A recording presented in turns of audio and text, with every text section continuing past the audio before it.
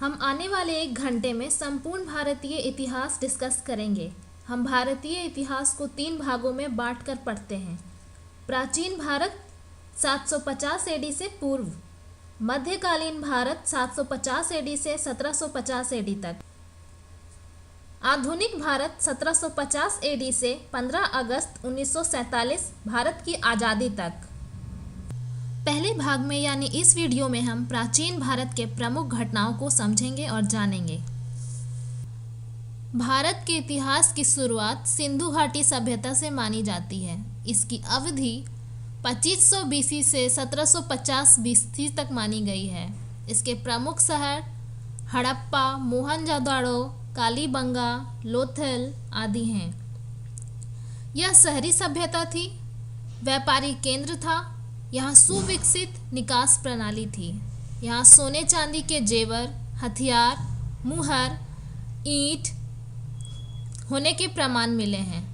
यहाँ के लोग ऊनी और सूती वस्त्रों का प्रयोग करते थे। यहाँ के लोग गेहूँ, जौ, मांस, फल आदि का सेवन करते थे, परंतु लोहे, गाय, घोड़े होने के प्रमाण यहाँ नहीं प्राप्त हुए हैं। वैदिक सभ्यता की शुरुआत सिंधु घाटी सभ्यता के पतन के बाद आर्यों के आगमन से शुरू हुई। लगभग 1500 बीसी से 1600 बीसी तक इसकी समय अवधि मानी जाती है। आर्य सर्वप्रथम पंजाब और अफगानिस्तान में सरस्वती नदी के किनारे बसे। इसी समय ऋग्वेद, महाभारत, रामायण की रचना हुई। आर्यों की भाषा संस्कृत थी। इसी समय आर्य जनजातियों एवं मूल अधिवासियों के बीच ऐतिहासिक संश्लेषण हुआ, अर्थात मेलजोल हुआ। आर्यों की सभ्यता ग्रामीण सभ्यता थी। सत्यमेव जयते मुंडको उपनिषद से ली गई है। इस समय का समाज 5 भागों में बटा था: कुल, ग्राम, विश, जन और राष्ट्र। वैदिक सभ्यता की उन्नति के साथ ही 16 महाजन पदों का उदय हुआ, जिनमें अति महत्वपूर्ण गणराज्य थे शाक्य और लक्षवी, तथा राज्य तंत्र थे कौशाम्बी, मगध, अवंती और कौशल। इसी दौरान अनेक धर्मों का भी उदय हुआ, जिनमें महत्वपूर्ण है बौद्ध धर्म। बुद्ध का जन्म 563 बीसी में लुम्बिनी में तथा मृत्यु 483 बीसी कुशीनगर में हुआ था। 29 वर्ष की आयु में उन्होंने घर त्यागा, जिसे महाभिनिष्क्रमण कहते हैं। बुद्ध को ज्ञान प्राप्ति बोध गया में मिली। इसके बाद सिद्धार्थ भगवान बुद्ध के नाम से प्रसिद्ध हुए। इन्होंने सर्वप्रथम उपदेश सारनाथ में दिया। इनकी भाषा पाली थी। जैन धर्म के 24वें तीर्थकर महावीर स्वामी बुद्ध के समकालीन थे।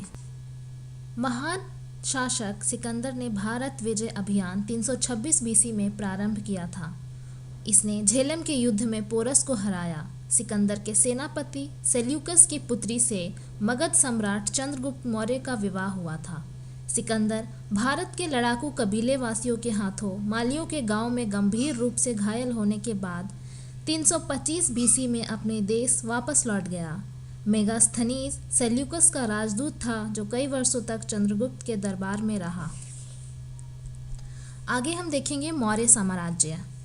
मगध का उत्कर्ष 544 बीसी से बिंबिसार द्वारा आरंभ हो चुका था, जिसे मौर्य वंश के संस्थापक चंद्रगुप्त मौर्य ने संपूर्ण भारत में फैलाया। चाणक्य की सहायता से चंद्रगुप्त मौर्य ने मौर्य वंश की स्थापना की, जिसने 322 बीसी से लेकर 185 बीसी तक शासन किया।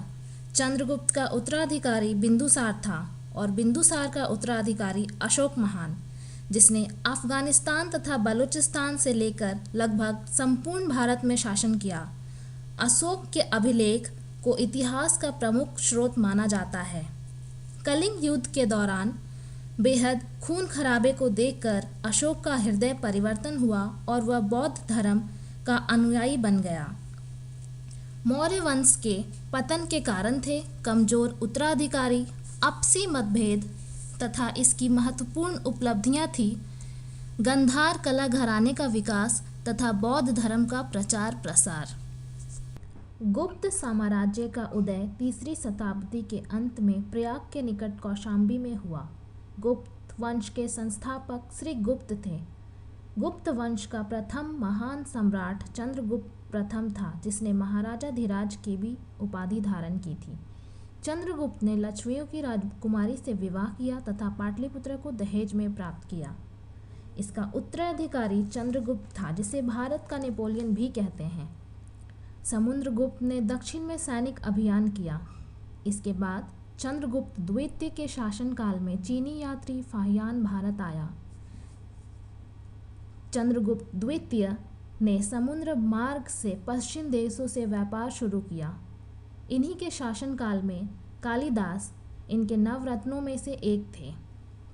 नालंदा विश्वविद्यालय का निर्माण गुप्त वंश के कुमार गुप्त ने कराया था।